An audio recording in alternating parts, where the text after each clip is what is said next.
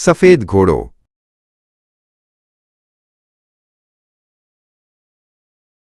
રાતના 11 વાગ્યા હતા. આખું ગામ સૂઈ ચૂકેલું.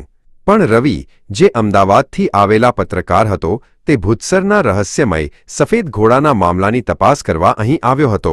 ગામમાં ઘણા વર્ષોથી અફવા હતી કે જ્યારે પણ સફેદ ઘોડો દેખાય ત્યારે કોઈને મૃત્યુ નિશ્ચિત છે.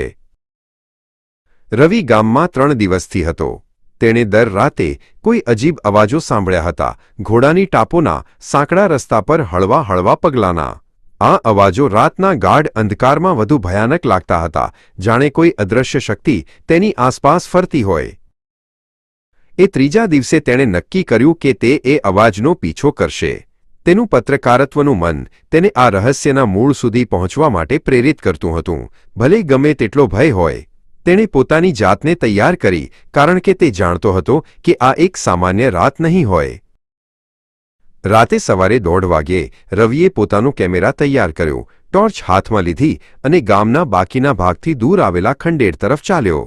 ઠંડી હવા તેના ચહેરા પર અથડાતી હતી અને દરેક પગલે જમીન પરથી સૂકા પાંદડાનો અવાજ આવતો હતો. એ ત્યાં પહોંચ્યો ત્યારે એકદમ શાંતિ. પવનનો અવાજ પણ બંધ થઈ ગયો હતો, જાણે આખી દુનિયા શ્વાસ રોકીને કંઈક થવાની રાહ જોઈ રહી હોય. આ શાંતિ એટલી ગાઢ હતી કે તે ભયાનક લાગતી હતી. અચાનક ટાઢી હવા વેગથી વળી અને દૂર એક સફેદ ઘોડો દેખાયો. ઘોડા પર કોઈ મુસાફર બેઠો હતો, વસ્ત્ર સાવ શ્વેત, ચહેરો ન દેખાતો. તેની હાજરીથી વાતાવરણમાં એક અકથ્ય ભય છવાઈ ગયો. રવિએ હિંમત ભેગી કરીને કેમેરા ઊંચક્યું.